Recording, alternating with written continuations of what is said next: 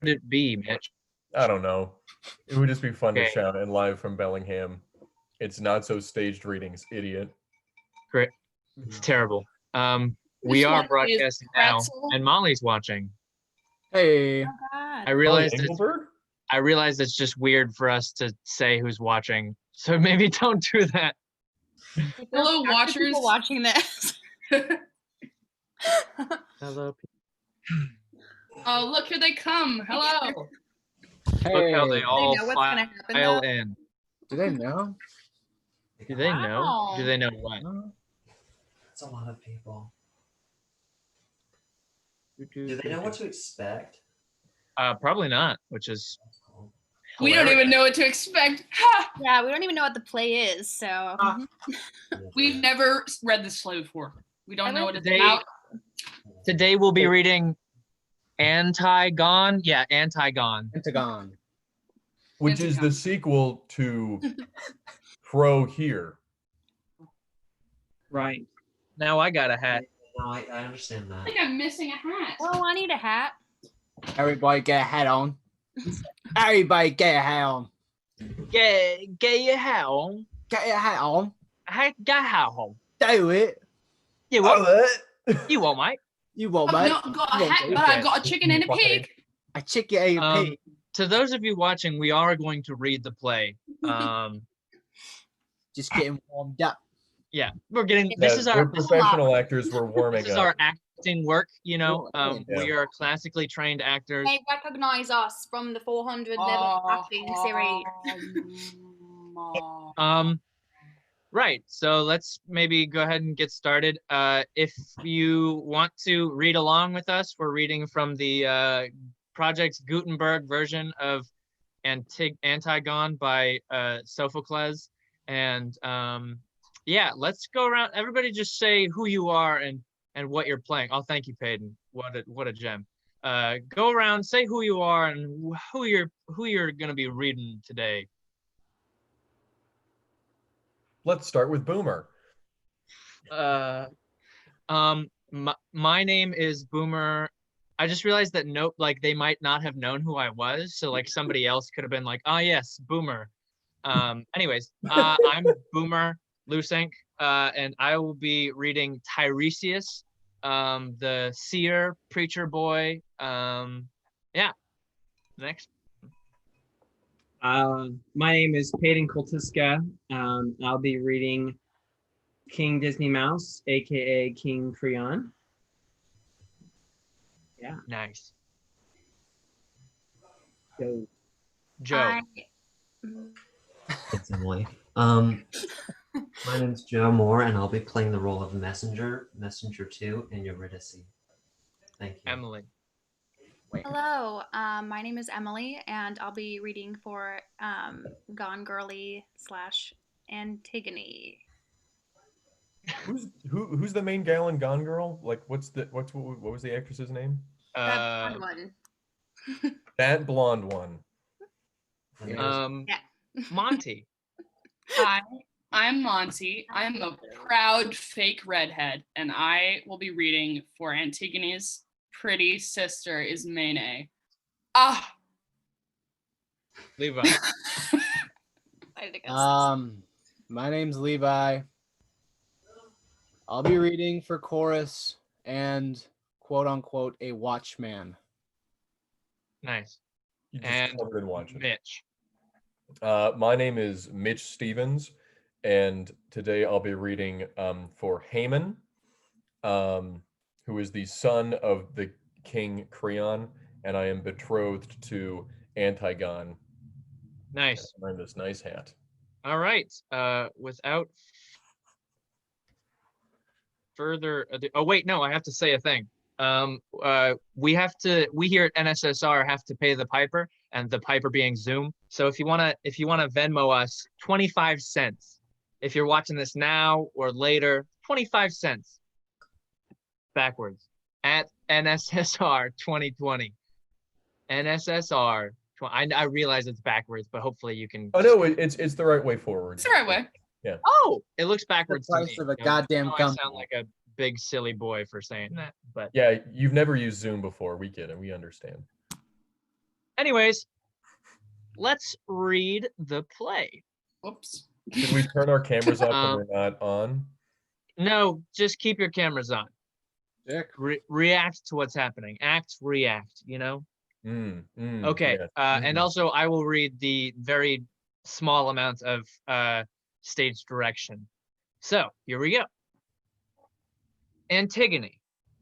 Antigone and Ismene before the palace gates. Ismene, sister of my blood and heart, seest thou how Zeus would in our lives fulfill the weird of Oedipus, a world of woes?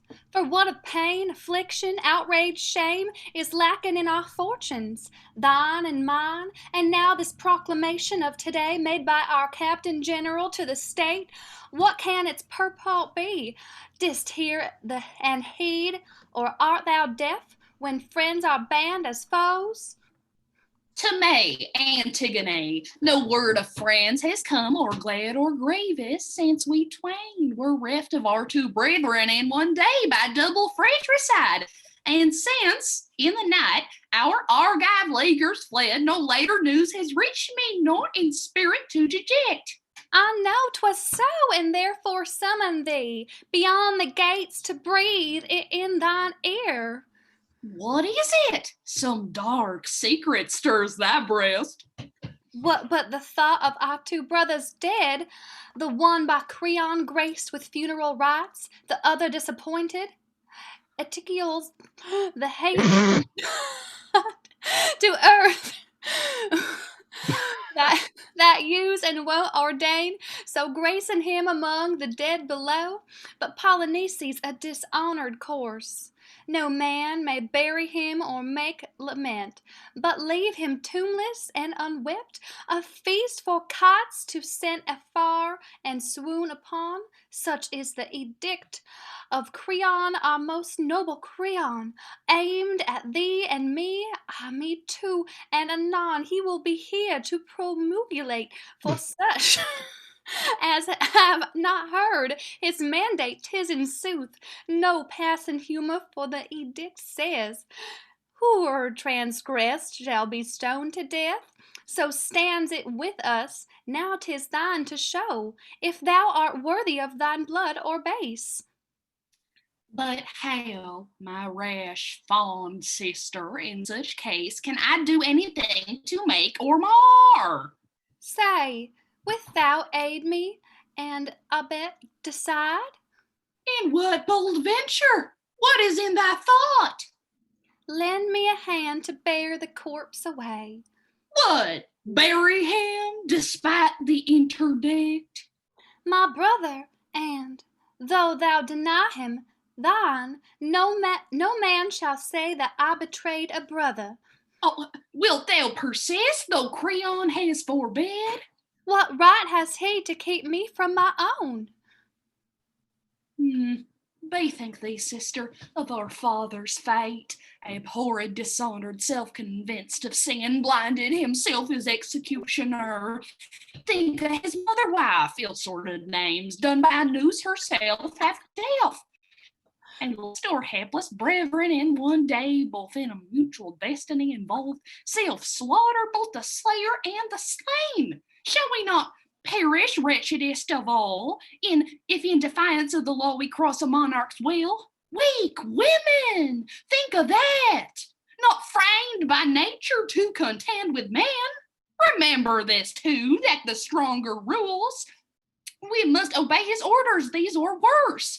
Therefore I plead compulsion and entreat the dead to pardon. I perforce obey the powers that be.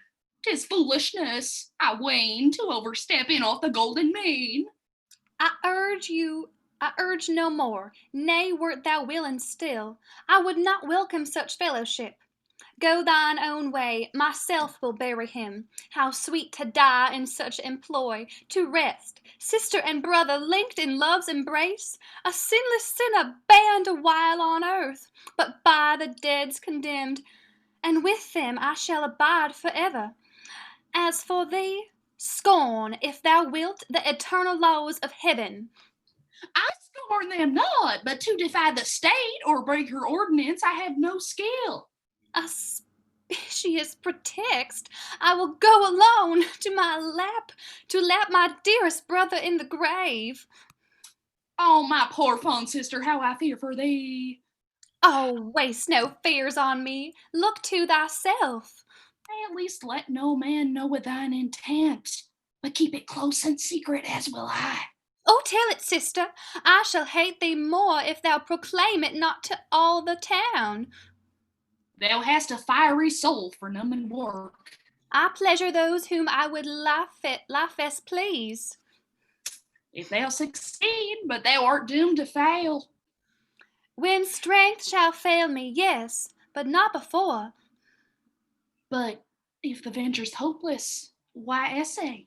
Sister, forbear, or I shall hate thee soon, and the dead man will hate thee too, with cause. Say I am mad, and give my madness rein to wreak itself. The worst that can befall is but to die an honorable death. Have thine own way, then. 'Tis a mad endeavor, yet to thy lovers thou art dear as ever.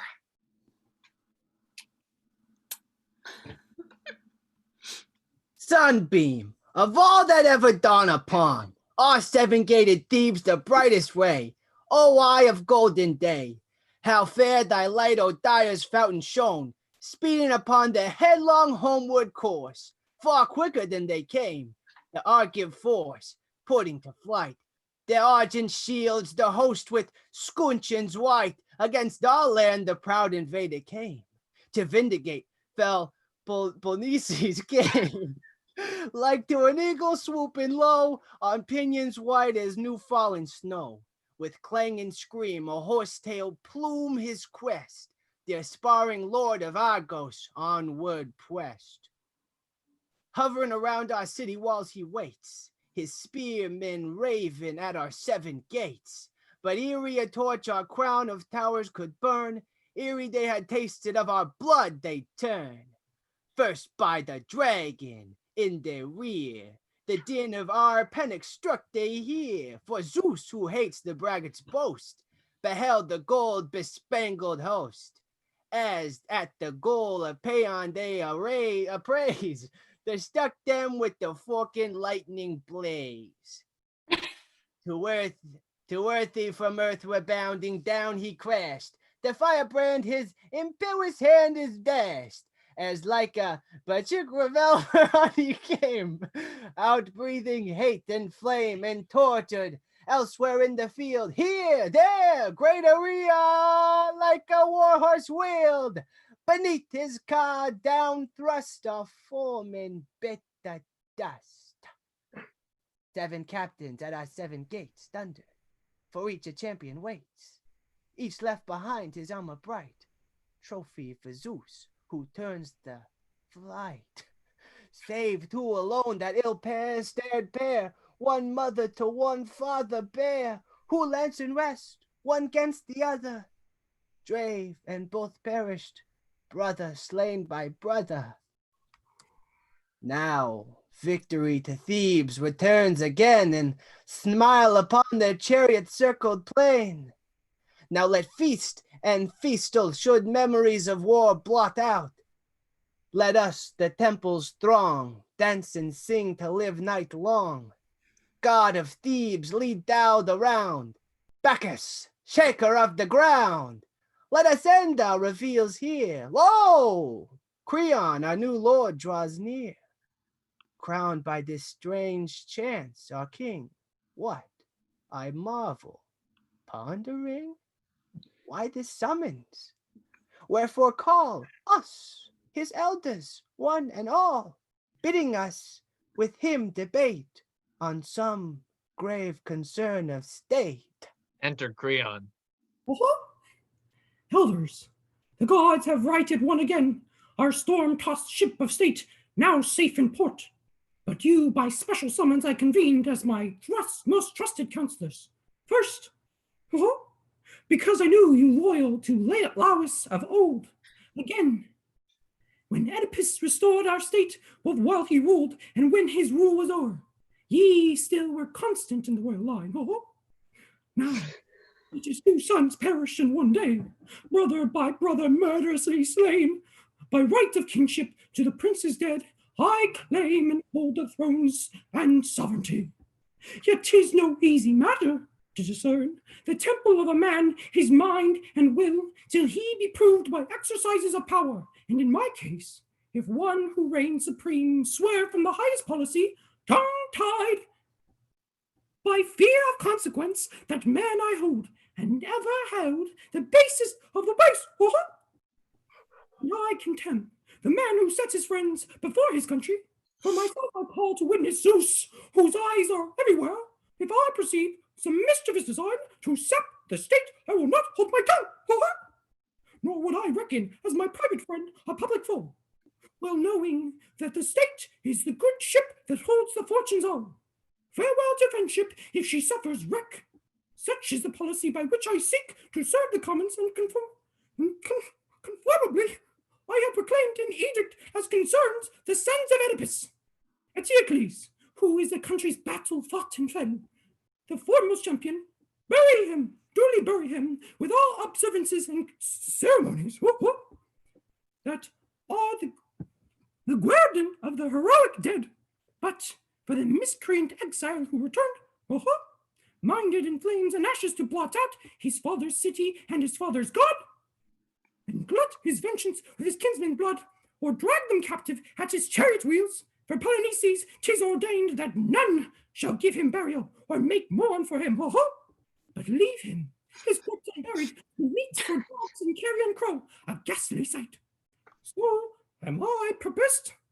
Never by my will shall miscreants take precedence of true men, but all good patriots, alive or dead, shall be by me preferred and honored. Son of Mioceses, dost thou wiltest to deal with him who loathed and him who loved our state? Thy word is law, thou canst dispose of us the living, and thou willst as of the dead. See then ye execute what I ordain. On younger shoulders laid this grievous charge. Fear not, I've posted the guards to watch the corpse. What further duty wouldst thou lay us on? Not to connive at disobedience. No man is mad enough to court his death. The penalty is death. Yet hope of gain hath lured men to their ruin oftentimes. Enter guard. That's you, Levi. My lord, I will not make pretense to pant and puff as some light-footed messenger. In sooth, my soul beneath its pack of thought made many a halt and turned again, for conscience piled her stir and curbed by turns. Why, hurry headlong to thy fate, poor fool, she whispered. Then again, if Creon learn this from another, thou wilt rue it me. Thus leisurely I hasten on my road. Much thought extends a furlong to a league. But in the end, the forward voice prevailed. To face thee, I will speak, though I say nothing, for plucking courage from despair, methought. Let the worst hap thou canst be met thy fate. What is thy news? Why this despondency? Let me premise a word about myself. I neither did the deed nor saw it done, nor were it just that I should come to harm. Thou art good at parry, and canst fence about some matter of grave import, as is plain. The bearer of dread tidings must be quake. Then, sirrah, shoot thy bolt and get thee gone. Well, I must doubt the corpse is buried. Someone now besprinkled it with thirsty dust, performed the proper ritual, and was gone. What sayest thou? Who hath dared to do this thing? I cannot tell, for there's never a trace of pick or matin hard unbroken ground without a scratch or rut of chariot wheels, no sign that human hands had been at work. When the first sentry of the morning watch gave the alarm, and were all terror-stricken, the corpse had vanished, not inert in earth, but strewn with dust, as if one who sought to avert the curse that haunts the unburied dead, of hound or raving jackal, not a sign. Threat arose in angry war of words. Guard railed at guard, and blows were like to end it. For none was there to part us, each in turn suspected. But the guilt brought home to none from lack of evidence. We challenged each the ordeal, or to handle red-hot iron, or pass through fire, affirming on our oath our innocence. We neither did the deed ourselves, nor know who did or compassed it. Our quest was at a standstill, when one spoke and bowed us all to earth like quivering reeds. For there was no gainsaying him, nor way to escape perdition. Ye're bound to tell to king, yet kenneth it, so we spake. And he convinced us all. So lots were cast, and I, unlucky scapegoat, drew the prize. So here, I am willing to, withal, unwelcome. No man cares to hear ill news. I had misgivings from the first, my liege, of something more than natural at work. Oh, cease! You vex me with your bellowment. I am like to think you dote in your old age. Is it not errant folly to pretend that God would have a thought for this dead man? Did he forsooth award him special gift? And does some benefactor bury him? Who came to fire their hallowed sanctuaries, to sack their shrines, to desolate their land, and to scout their ordinances? Or perchance the gods bestow their favors on the bad? No. I have long noted malcontents who wage their heads and kicked against the yoke, misliking these my orders and my rule. 'Tis they, I warrant, who suborned my guards by bribes. Of evils current upon earth, the worst is money. Money 'tis the sacks cities and drives men forth from the hearth and home. Whoops and seduces native innocence and breeds a habit of dishonesty. But they who sold themselves shall I find their greed outshot and the mark, and rue it soon or late.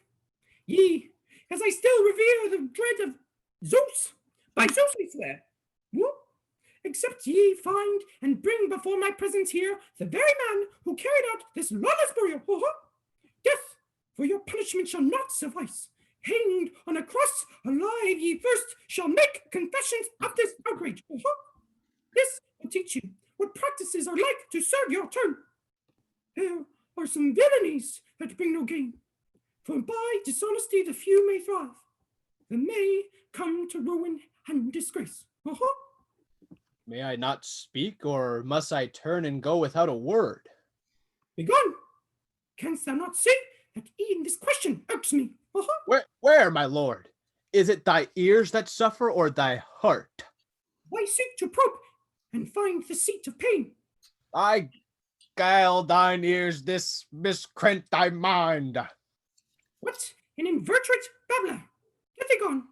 Babbler perchance, but innocent of the crime. Quite guilty, having sold thy soul for gain. Alas, how sad when reasoners reason wrong. Go quibble with thy reason. If thou failst to find malefactors, thou shalt own the wages of ill-gotten gains is death.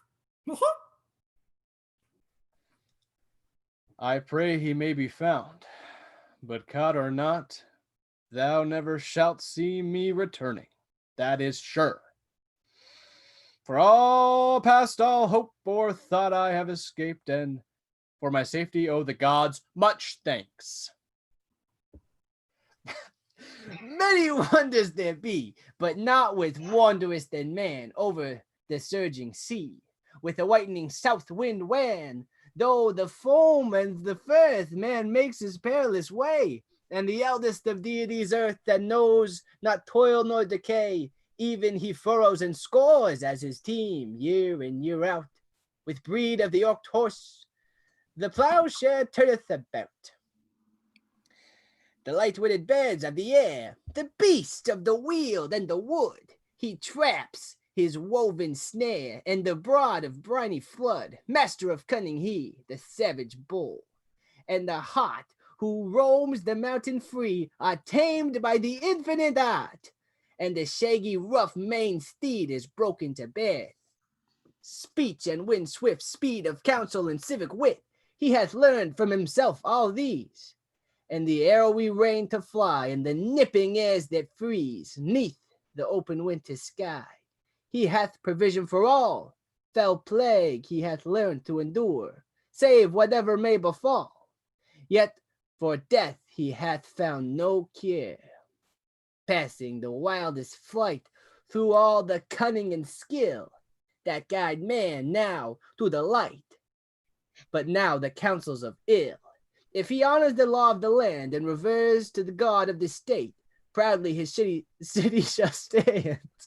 But his cityless outcast irate, who so bold in his pride from the path of the right doth depart, yeah, my eyes sight in his side, or snare the thoughts of his heart. What strange vision meets my eyes, fills me with a wild surprise. Sure I know her, sure 'tis she, the maid Antigone, hapless child of hapless sire. Didst thou recklessly conspire, madly brave the king's decree? Therefore are they hailing thee. Enter guard bringing Antigone. Here's the culprit taken in the act of giving burial. But where's the king? Far there, from the palace, he returns in time. Why is my presence timely? What has changed? No man, my lord, should make a vow, for if he even swears he will not do a thing, his afterthoughts believe his first resolve. When from the hailstorm of the threats I fled, I swore thou wouldst not see me here again. But the wild rapture of a glad surprise intoxicates, and so I'm here forsworn. And here's my prisoner caught in the very act, decking the grave.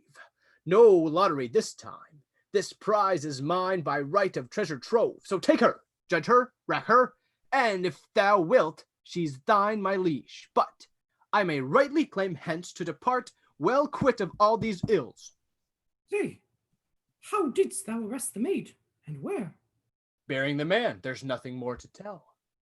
Hast thou thy wits, or knowest thou that what thou sayest? I saw this woman burying the corpse against thy orders. Is that clear and plain? But how is she surprised and caught in the act? It happened thus. No sooner we come, driven from thy presence by those awful threats, then straight we swept away all trace of dust and buried the clammy body. Then we sat high on the ridge to the windward of the stench, while each man kept his follow alert and rated, roundly and sluggard if he chanced to nap. So all night long we watched until the sun stood high in heaven and blazing beams smote us. A sudden whirlwind then arised, a cloud of dust that blotted out of the sky and swept the plain and stripped the woodlands bare and shook the firmament. We closed our eyes and waited till the heaven-sent plague should pass. At last it ceased, and lo! There stood this maid. A piercing cry she uttered, sad and shrill. And when the mother bird beholds her nest robbed of its nestlings, even so the maid wailed as she saw the body stripped and bare, and cursed the ruffians who done this deed. Anon she gathered handfuls of dry dust, then, holding high and well-watched brazen urn, thrice on her deed she poured a lustrous stream. We at sight swooped down to her and seized our quarry. Undismayed we stood, and when we taxed her with the former crime of this, she disowned nothing. I was glad and grieved, for 'tis most sweet to scape oneself scot-free, and yet to bring disaster to a friend is grievous. Take it all in all, I deem a man's first duty to serve himself. Speak, girl. With head bent low and downcast eyes, does thou plead guilty or deny the deed? Guilty. I did it. I deny it not. Well, begone whither thou wilt, and think thy luck that thou hast escaped a heavy charge. Now, answer this plain question, yes or no? Wast thou acquainted with the interdict?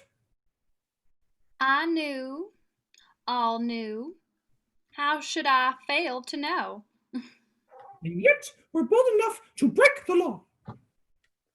Yea, for these laws were not ordained of Zeus, and she who sits enthroned with gods below, Justice, enacted not these human laws, nor did I deem that thou, a mortal man, couldst by a breath annul and override the immutable, unwritten laws of heaven. They were not born today, nor yesterday. They die not, and none knoweth whence they sprang.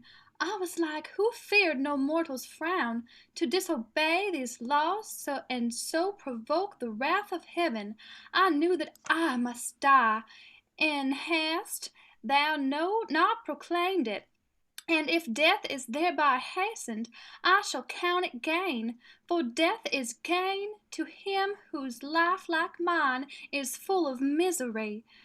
Thus my lot appears not sad, but blissful. For I had endured to leave my mother's son unburied there. I should have grieved with reason, but not now. And if in this thou judgest me a fool, methinks the judge of follies not acquit. Stubborn daughter of a stubborn son. This ill-starred maiden kicks against the pricks. Oh. A stubborn daughter of a stubborn sire. This ill-starred maiden kicks against the pricks, just like you said, man. What? Don't you know the stubbornest of wills are soonest bended, as the hardest iron overheated in the fire to the brittleness. Fly soonest into the fragments, shivered through. A snaffle curves the fiery steed, and he who in subjection lives must needs be meek. But this proud girl, in insolence while schooled, first constepped and established by law, and then a second and worse act of insolence, she boasts and glories in her wickedness. Now, if she thus can flout authority unpunished, I am woman, she the man. But thou, she be my sister's child or nearer, of kin than all who worship at my hearth. Nor she, nor yet her sister shall escape the utmost penalty, for both I hold as arch conspirators of equal guilt. Bring forth the holder. Even now I saw her within the palace, frenzied and distraught. The workings of the mind discover oft. The dark deeds in darkness schemed before the act. More hateful still the miscreant who seeks, when caught, to make a virtue a crime. Wouldst thou do more than slay thy prisoner? Not I. Thy life is mine, and that's enough. Why dally then? To me no word of thine is pleasant. God forbid its errors should please, nor am I more acceptable to thee. And yet how otherwise had I achieved a name so glorious as by burying a brother? So my townsmen all would say, were they not gagged by terror, manifold a king's prerogatives, and not the least, that's all his acts and all his words are law. As I but bate their breath to thee. Hast thou no shame to differ from all these? To reverence kith and kin can bring no shame. Was his dead foreman not thy kinsman too? One mother bare them, and the self-same sire. Why cast a slur on one by honoring one? The dead man will not bear these out in this. Surely, if good and evil fare alive. The slain man was no villain but a brother. The patriot perished by the outlaw's brand. Nathless, the realms below these rites require. Not that the base should fare as do the brave.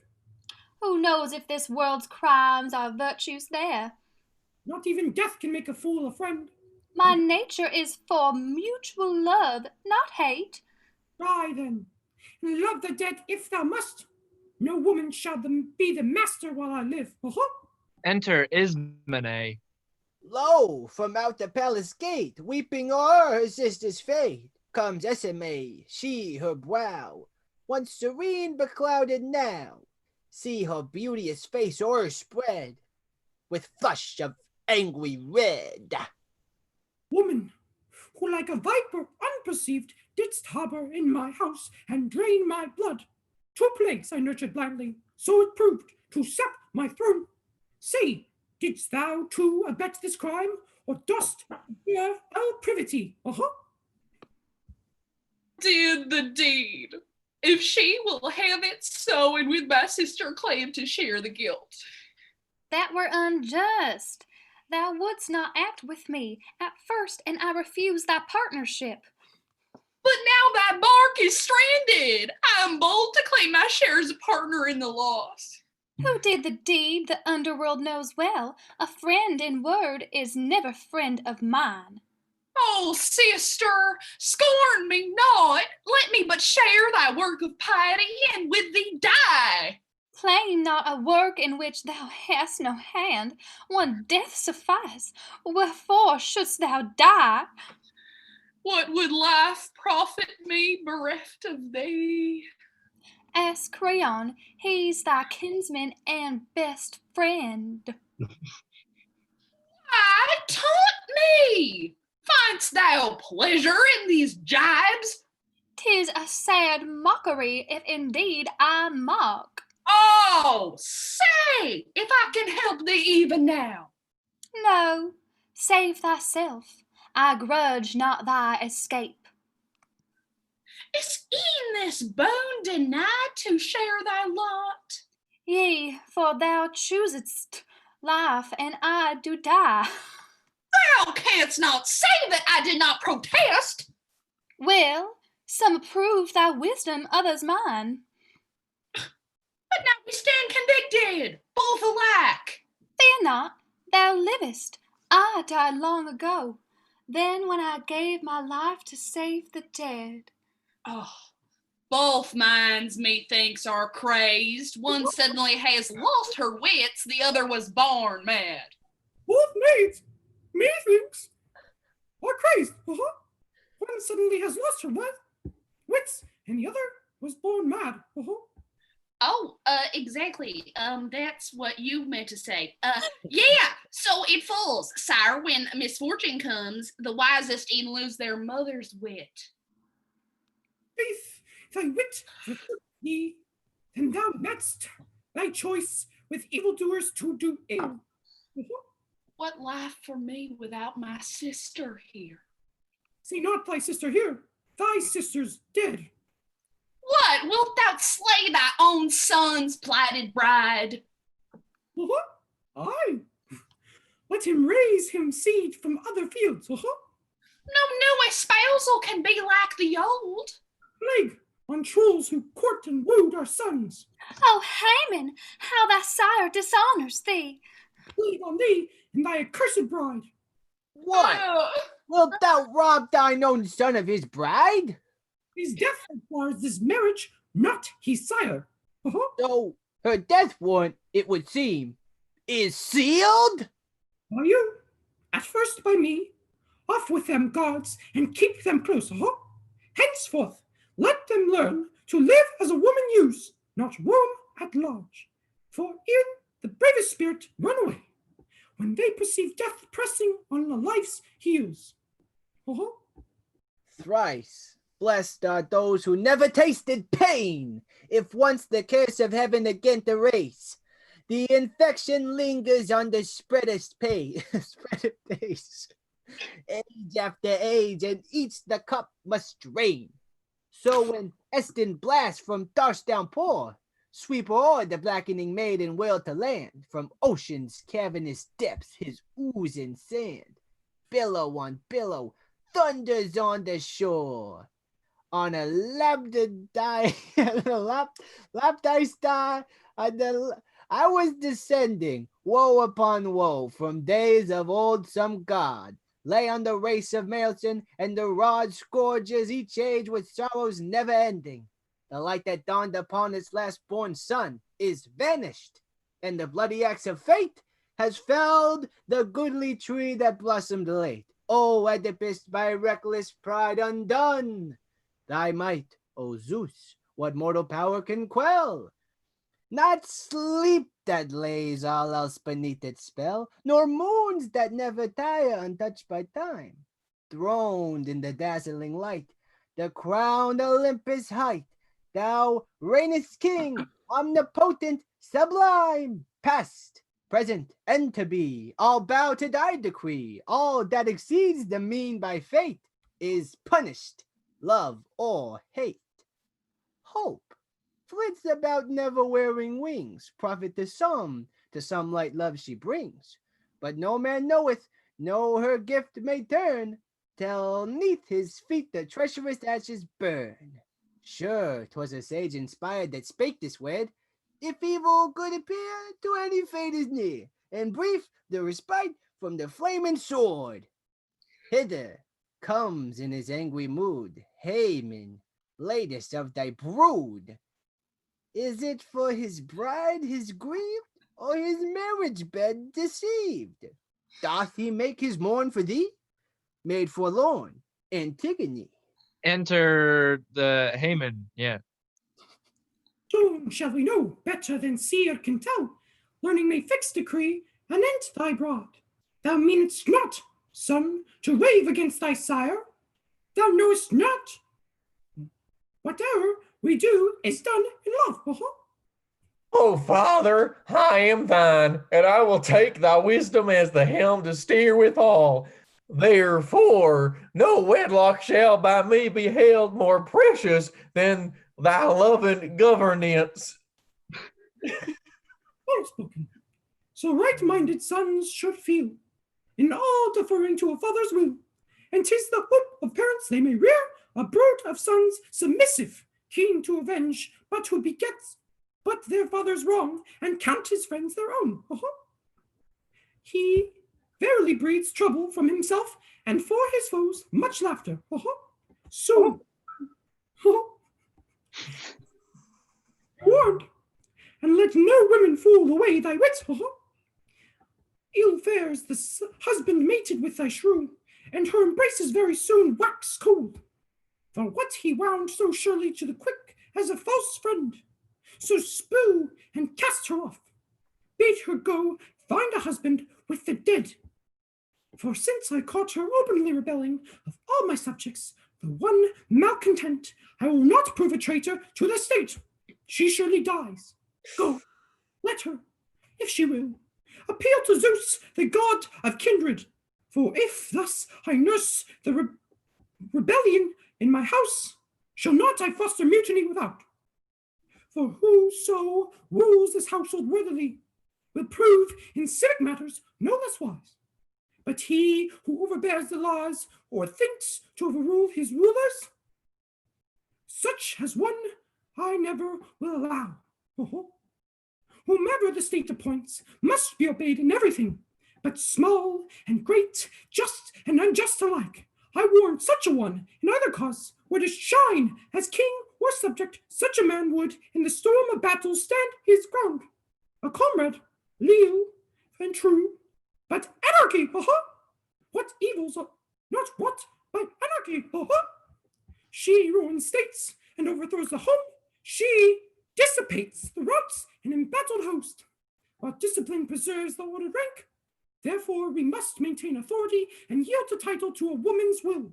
Better, if need be, men should cast us out than hear it said a woman proved his match.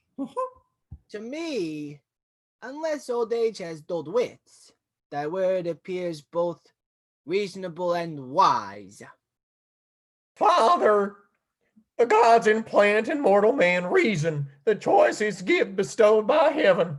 'Tis not for me to say thou errest, nor would I arraign thy wisdom if I could.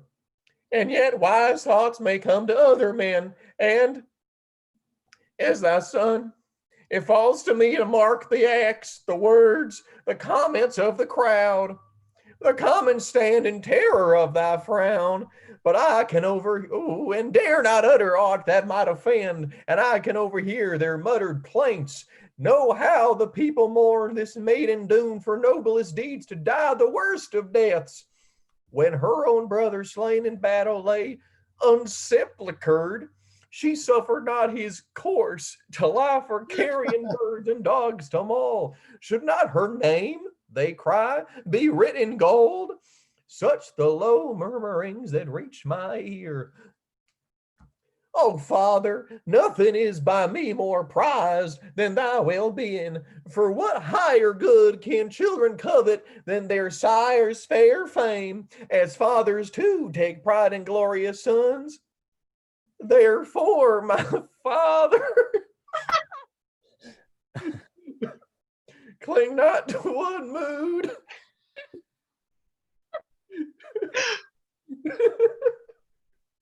Sorry. And deemed not thou art right, while others wrong. For whoso thinks that wisdom dwells with him, that he alone can speak or think, all right, such oracles are empty breath when tried.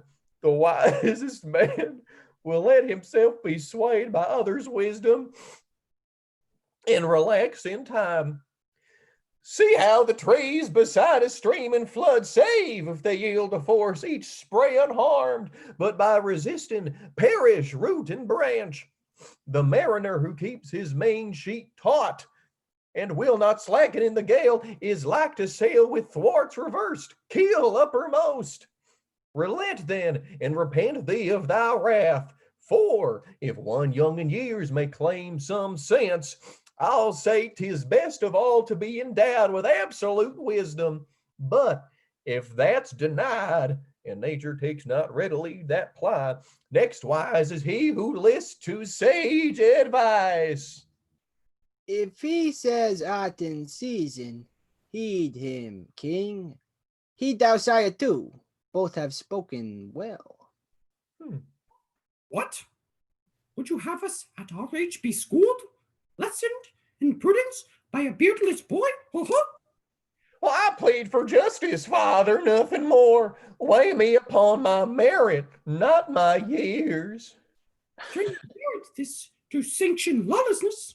For evildoers I would urge no plea. Is not this maid an errant lawbreaker? The Theban commons with one voice say, no. What? Shall the mob dictate my policy? 'Tis thou, methinks, who speakest like a boy. Am I to rule for others or myself? A state for one man is no state at all. The state is his who rules it. So 'tis held. Last monarch of a desert, thou wouldst shine. This boy, methinks, maintains the woman's cause. If thou best woman, yes, my thoughts for thee. Oh, reprobate, wouldst wrangle with thy sire? Because I see thee wrongfully perverse. And am I wrong if I maintain my rights? Talk not of rights, thou spurnest the dew of heaven. O heart corrupt, a woman's minion thou. Slave to dishonor, thou wilt never find me. Ooh. Thy speech, at least, was all a plea for her. And thee for it, and thee and me, and for the gods below. Living the maid shall never be thy bride. Oh, she shall die, but one will die with her. Hast come to such a pass, hast threatened me? What threat is this? Vain counsels to reprove. Vain fool to instruct thy betters. Thou shalt rue it. Were not my father, I said thou erst. Play not the spaniel, thou a woman's slave. When thou dost speak, must no man make reply? This passes bounds. By heaven, thou shalt not rate and jeer and flout me with impunity. Off with the hateful thing, that she may die at once beside her bedroom in his sight. Think not that in my sight the maid shall die, or by my side. Never shalt thou again behold my face hereafter. Go, consort with friends who like a madman for their mate. Thy son is gone, my liege, in angry haste. Fell is the wrath of youth beneath a smart. Let him go vent his fury like a fiend. These sisters twain he shall not save from death. Ha ha! Surely thou meanest not to slay them both. I stand corrected. Only her who touched the body. Ha ha! And what death is she to die?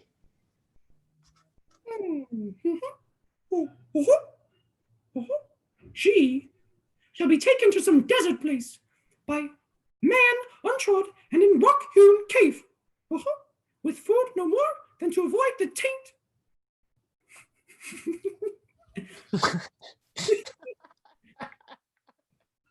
That homicide might bring on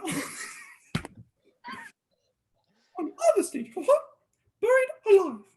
There let her call and aid the king of death, the one god she reveres, or learn too late a lesson learnt at last. 'Tis labor lost to reverence the dead.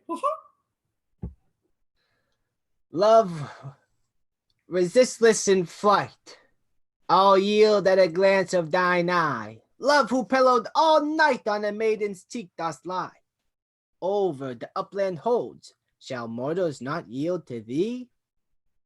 Mad are thy subjects all, and even the wisest heart straight to folly will fall at a touch of thy poisoned dart. Thou didst kindle the strife, this feud of kinsmen with kin, by the eyes of a winsome wife, and the yearning her heart to win, for as her consort still, enthroned with justice above, thou bettest man to thy will, or all invincible love. Lo, I myself am borne aside from justice as I view this bride. Oh, sight and eye in tears to drown. Antigone is so young, so fair, thus hurried down. Death bower from this dead to share. Friends, countrymen, my last farewell I make. My journey's done. One last fond, lingering, longing look I take at the bright sun. For death, who puts to sleep both young and old, hails my young life and beckons me to the acorn's dark fold. An unwed wife? No youths have sung the marriage song for me. My bridal bed, no maids have strewn the flowers from the lea. 'Tis death I wed. But bethinks thee, thou art sped, great and glorious to the dead. Thou the sword's edge hast not tasted, no disease thy frame hath wasted. Freely thou alone shalt go, living to the dead below. Nay, but the piteous tale I've heard men tell of Tantalus's doomed child, chained upon Sisyphus's high rocky fell that clung like ivy wild, drenched by the pelting rain and whirling snow, left there to pine, while on her frozen breast the tears flow. Her fate is mine. She was sprung of gods, divine, mortals we of mortal line, like renown with gods to gain. We compasses all thy pain. Take this solace to thy tomb, hers in life and death thy doom. Alack, alack, ye mock me. Is it meet thus to insult me living to my face? Cease by our country's altars, I entreat. Ye lordly rulers of a lordly race, our fount of Dar's wooden embowered plain, where Theban chariots to victory speed, mark ye the cruel laws that now have wrought my bane, the friends who show no pity in my need. Was ever fate like mine? O monstrous doom, within a rock-built prison, sepulcherated to fate the wither in a living tomb, an alien midst of living and the dead. Thy boldness over rash, madly thou thy foot didst dash.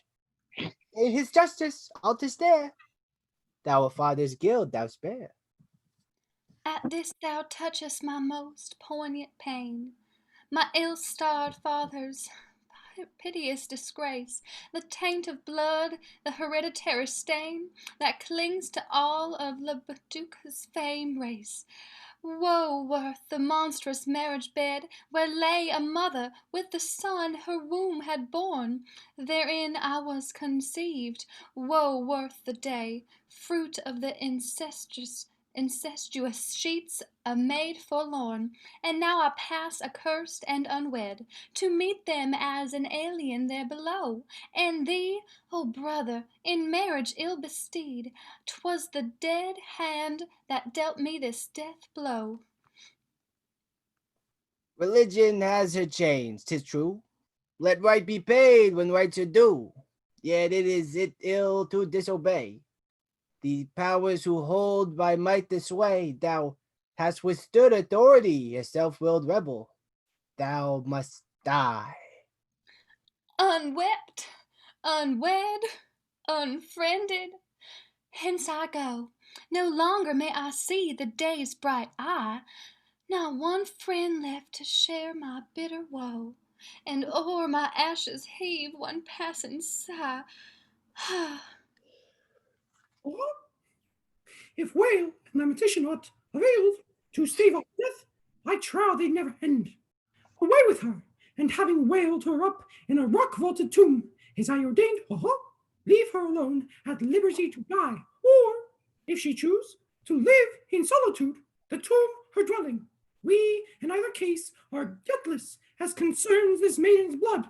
Only on earth no lodging shall she find, O grave, O bridal bower, O prison house, hewn from the rock, my everlasting home, whither I go to join my mighty host of kinsfolk, Persephassa's guests long dead, the last of all more miserable. I pass my destined span of years cut short, and yet good hope is mine that I shall find a welcome from my sire, a welcome too from thee, my mother, and my brother dear. With these hands I laved and decked your limbs. In death I poured my libations on your grave. And last, my Polynices, unto thee I paid due rites, and this my recompense. Yet I am justified in wisdom's eyes. For even had it been some child of mine, or husband mouldering in death's decay, I had not wrought this deed despite the state. What is the law I call in aid? 'Tis thus I argue. Had it been a husband dead, I might have wed another, and have borne another child to take the dead child's place. But now my sire and mother both are dead. No second brother can be born from me.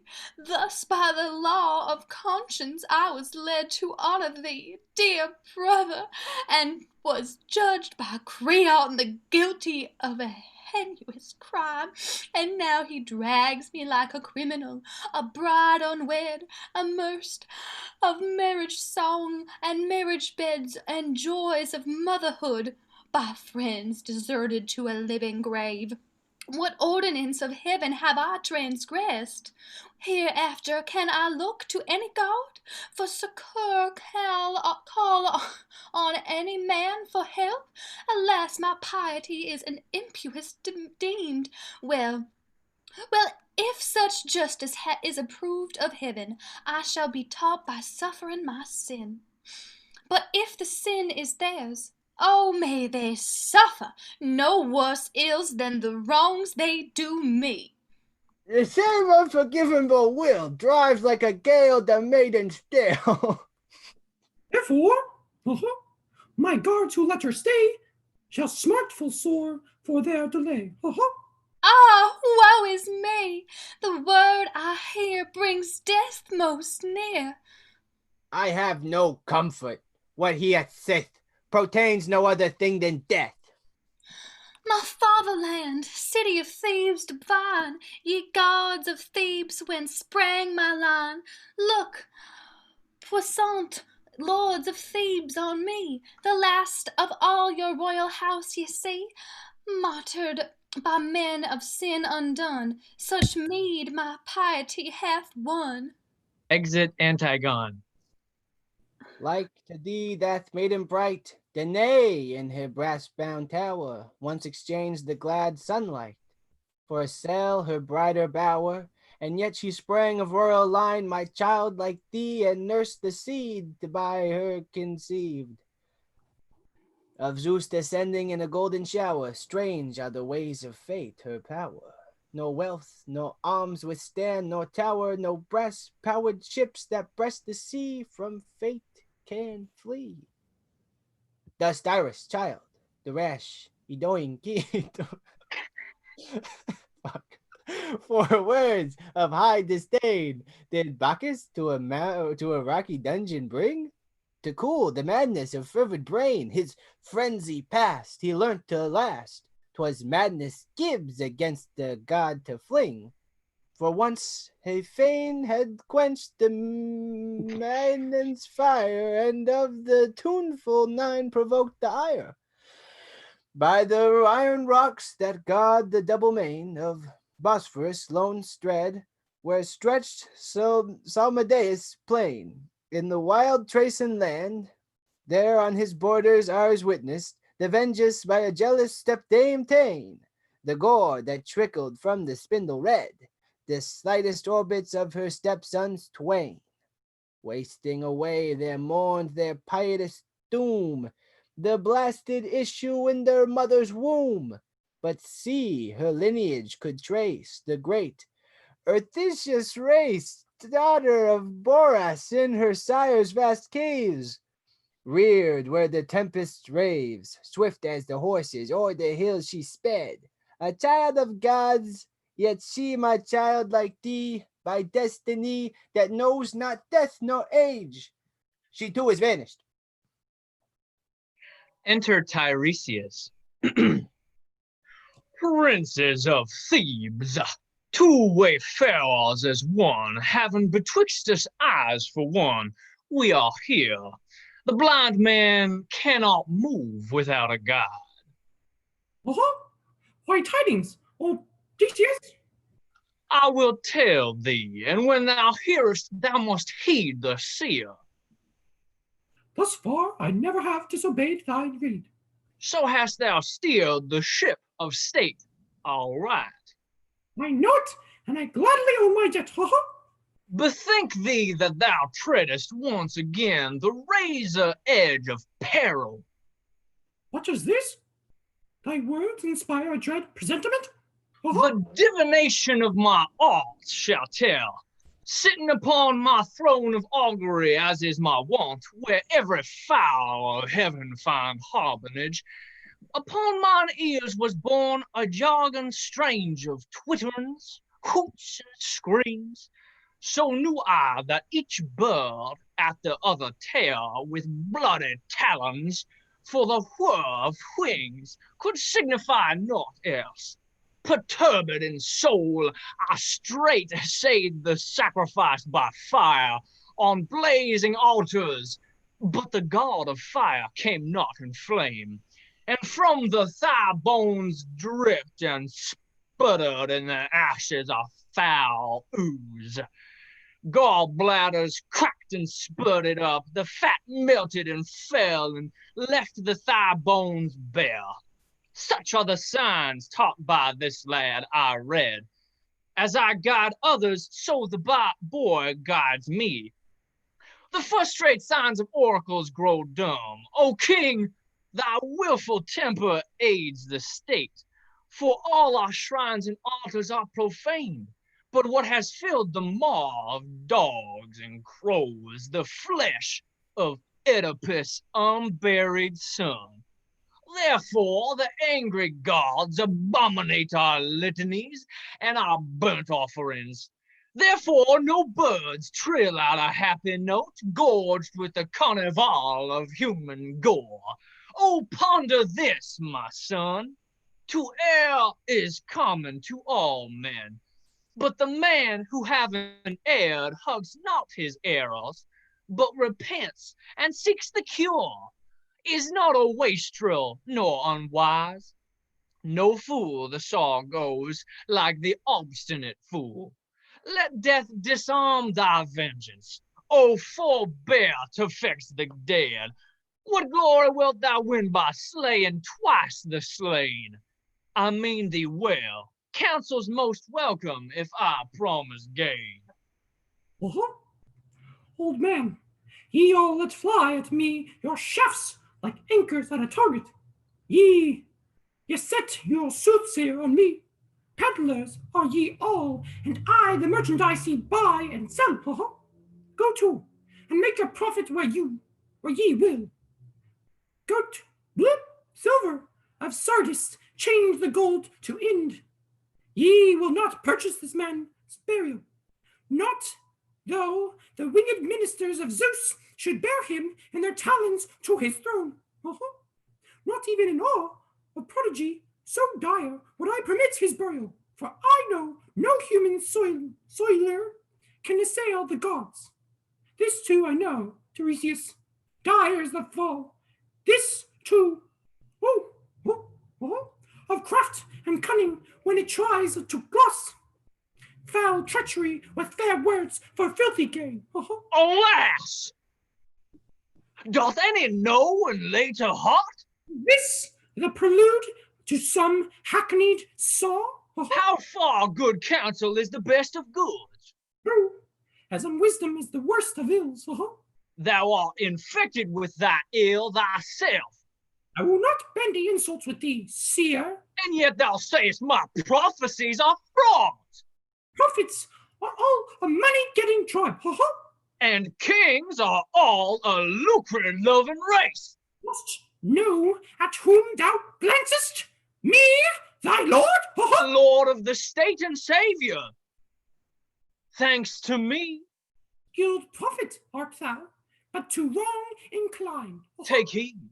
Thou wilt provoke me to reveal the mystery deep hidden in my breast. Say on, but see it not be said for gain. Such thou, methinks, till now hast judged my words. Be sure thou wilt not traffic on my wife. Know then for sure the courses of the sun, not many times shall run their race before thou shalt have given the fruit of thine own loins in quittance of thy murder. Life for life. For that thou hast entombed a living soul and sent below a denizen of earth, and wronged the nether gods by leaving here a corpse unlathered, unwhipped, unsepultured. Herein thou hast no part, nor even the gods in heaven, and thou art usurped a power not thine. For this the avenging spirits of heaven and hell, who dogged the steps of sin, are on thy trail. What these have suffered, thou shalt suffer too. And now consider whether bought by gold I prophesy. For yet a little while and sound of lamentation shall be heard, of men and women through thy desolate halls, and all thy neighbor states are leagues to avenge their mangled warriors, who have found a grave in the maw of wolf or hound, or winged bird, that flying homewards taints their city's air. These are the shafts that like a bowman I provoked to anger. Loosen at thy breast, unerring, and that their smart thou shalt not shun. Boy, lead me home, that he may vent his spleen on younger men, and learn to curb his tongue with gentler manners than his present mood. Exit Tiresias. My liege, that man hath gone, foretelling woe, and, oh believe me, since these grizzled locks were like the raven, never have I known the prophet's warning to state to fail. I know it too, and it perplexes me. To yield is grievous, but the obstinate soul that fights with fate is smitten grievously. Son of listen to my good advice. List the good list it. List the good advice. What should I do? Advise me, I will heed. Go, free the maiden from a rocky cell, and for the unburied outlaw build a tomb. Is that your counsel? You would have me yield? Yeah, king, this instant. Vengeance of the gods is swift to overtake the impenitent. What a wench it is to sacrifice my heart's resolve. But fate is ill to fight. Go, trust no others. Do it quick thyself. I go hotfoot. Bestir ye, one and all, my henchmen. Get ye axes, speed away to yonder eminence. I too will go, for all my resolution this my sways. 'Twas I that bound, I too will set her free. At most, I am persuaded it is best to keep through life the law ordained of old. Thou by many names ordered, child of Zeus, the god of thunder, of the Theban bride, the wonder, for Italia's guardian lord, in the deep embosomed glades of the Aeolian queen, haunt of revelers, men and maids, Dionysus thou art seen. Where Ismenus rolls the waters, where the dragon's teeth were sown, where the Bacchanals thy daughters, round thee roam, there thy home. Thebes, O Bacchus, is thy own. Thee on the two-crested rack, Lord Flaming torches see, where Corsican maids flock thee the springs of Castaly. By Nisus baston ivy clad, by shores with clustered vineyards glad, there to thee the hymn rings out, and though our streets we Thebans shout, all hail to thee, Evo, Evo! Oh, as thou lovest this city best of all, to thee and thy mother, leaven stricken, in our dire need we call. Thou seest with what our plague our townfolk sicken, thy ready help we crave. Whether down Parnassus's height descending, or o'er the roaring straits thy swift was welding, save us, oh save! Brightest of all the orbs of breath forth light, authentic son of Zeus, immortal night, leader of all the voices of the night, come, and thy train of Thydens with thee bring, thy maiden rout, who dance before thee all night long and shout, thy handmaids, we, Evo, Evo! Enter messenger. Attend all ye who dwell beside the halls of Cadmus and Amphion.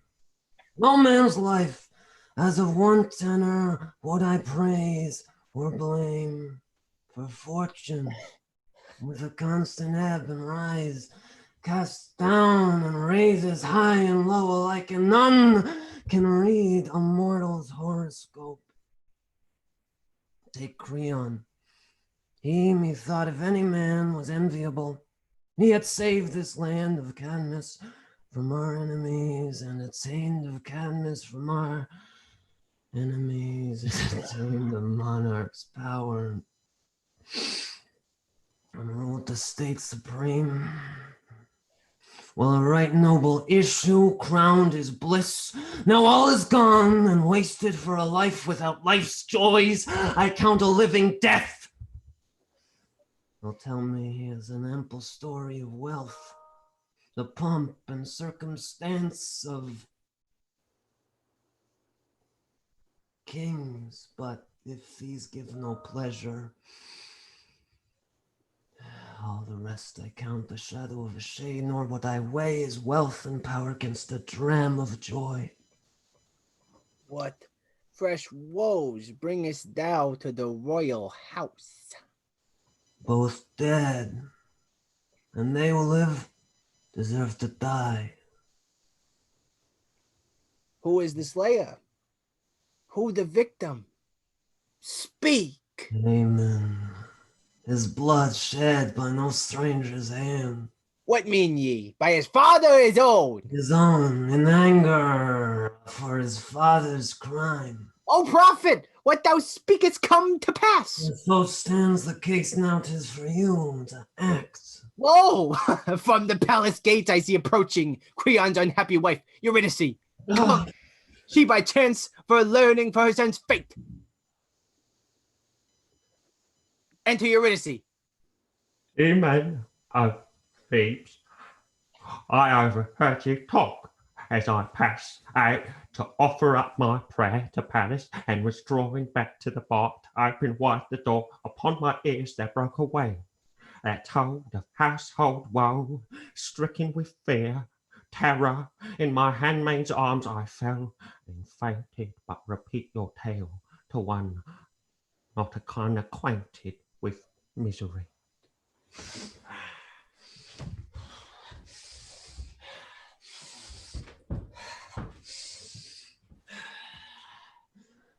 Dear mistress, I was there and will relate the perfect truth.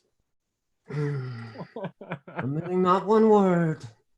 Why should we gloat and flatter to be proved liars hereafter? Truth is ever best. Well, in attendance on my liege, your lord, I crossed the plain to its utmost margin where the corse of Polyneices, gnawn and mauled, was lying yet.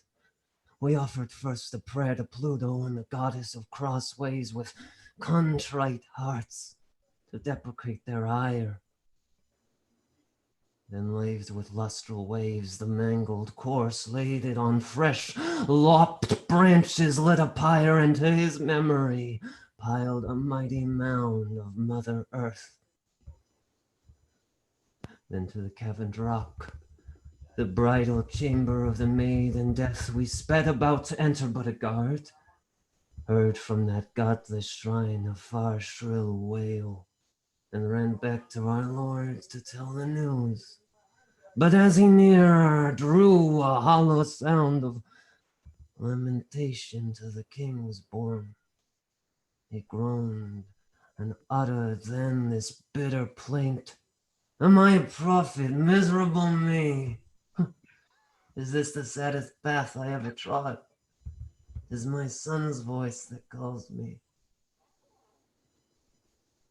On, press on. My henchmen haste with double speed to the tomb, where rocks down torn have made a gap. Look in and tell me if in truth I recognize the voice of Haman, or am I even deceived? So at the bidding of our distraught lord, we looked in, and in the craven's vaulted gloom I saw the maiden lying, strangled there. A noose of linen twined about her neck, and hard beside her, clasping her cold form, her lover lay, bewailing his dead bride. Death wedded and his father's cruelty. When then the king saw him with a terrible groan, he moved towards him, crying, "O my son, what hast thou done? What ails thee? What mischance has reft thee of thy reason? Oh, come forth, my son, thy father supplicates." But the son glared at him with tiger eyes, spat in his face, and then without a word drew his two-hilted sword and smote, but missed, his father flying backwards. Then the boy, wroth himself, poor wretch, incontinent, fell on his sword and drove it through his side home, but yet breathing, clasped in his lax arms the maid, her pallid cheeks incarnadined with his expiring gasp. So there they lay, two corpses, one in death. His marriage rites are consummated in the halls of death. A witness that of all ills, whate'er befell, mortals, unwisdom is the worst of all. What makest thou of this? The queen is gone without a word of importing good or ill. I marvel too, but entertain good hope. It's that she shrinks in public to lament her son's sad ending, and in privacy would with her maidens mourn a private loss. Trust me, She is discreet and will not err. I know not, but strange silence, so I deem, is no less ominous than excessive grief. Well, let us to the house and solve our doubts whether the tumult of her heart conceals some fell design. And maybe thou art right. Unnatural silence signifies no good. Lo, the king himself appears. Evidence with him bears. Gainest himself, me I quake, gain against the king such charge to make. But all must own, the guilt in his is his alone. Woe for sin of minds perverse, deadly fraught with mortal curse. Behold, us slain and slayers all akin. Woe for my counsel dire, convinced in sin, conceived in sin. Alas, my son, life scarce begun. Thou wast undone. The fault was mine only, O my son. Too late thou seemest to perceive the truth. Why sorrow schooled? Heavy the hand of God, thorny and rough the path my feet have trod. Humbled my pride, my pleasure turned to pain. What mortals, how we labor all in vain. Oh, oh. Sorrows are thine, my lord, and more to come. One lying at thy feet, and another ear at... Oh, wait, no, I'm not second messenger. Oh, sorrows are thine, my lord, and more to come. One lying at thy feet, another yet more grievous waits thee when thou comest home. What woe is lacking to tale of woes? Oh, Thy wife, thy mother of thy dead son here, lies stricken by a fresh inflicted blow. oh, how bottomless the pit does claim me too. Oh, death! What is this world? He says, this woeful messenger. Say, is it fit to slay anew a man already slain? Oh, is death at work again? Stroke upon stroke, for son and mother slain. Oh, oh. Look for thyself. She lies for all to view. Alas, another added woe, I see. What more remains to crown my agony? A minute past, I clasped a lifeless son, and now another victim death have won. Unhappy mother, most unhappy son. Oh, Beside the altar on a keen-edged sword she fell, and closed her eyes in night. But erst she mourned for Megaris who nobly died. Long since then, for her son, with her last breath, she cursed thee, the slayer of her child. oh! I shudder with fright. Oh, for a two-edged sword to slay outright a wretch like me, made one with misery. Oh, 'Tis true that thou art charged by the dead queen as author of both deaths, hers and her son's. in what wise was her self-destruction wrought? Hearing the loud lament above her son, with her own hand she stabbed herself to the heart. Oh, I am the guilty cause. I did the deed, thy murderer. Yea, I plead guilty. My henchman, lead me hence. Away, away, a cipher, less than nothing, no delay. Oh, Well said. If in disaster aught is well, his past endure demand the speediest cure. come, fate, a friend at need. Come with all speed. Come, my best friend, and speed my end. Away, away. Let me not look upon another day. Oh, This for the morrow, to us our present needs, that they whom it concerns must take in hand. I join your prayer. That echoes my desire. Oh, pray not. Prayers are idle, for the doom of fate for mortals' refuge is there none. Away with me, a worthless wretch who slew, unwitting thee, my son, thy mother too. Whither to turn I know now, every way leads but astray. and on my head I feel heavy weight of crushing fate. Oh, Of Of happiness, happiness, the chiefest chiefest part part is a wise heart, and to defraud the gods in aught with perils fraught. Swelling words of high-flown might, mightily the gods will smite. Chastisement for errors past, wisdom brings to age at last. Wisdom brings my age last. oh. Yeah. End of And Project done. Gutenberg. Finish your drinks. Antigone. That was fun. This file should be named 3.8. In case you're wondering, Joe was first. Wait, well, is it? I don't know who the first one was. What? The messenger voice. Oh, that was just generic mafia. Generic. Okay, that was Joe Moore, and then he was Michael Caine for Eurydice, and then he was Al Pacino for the second messenger. And I believe Levi drew inspiration for his chorus from Joey Wheeler from Yu-Gi-Oh! If you're a connoisseur of the arts, you know. But anyways, so basically what had happened was Antigone wanted to bury her brother, and the king was like, no. And then everyone died. The end.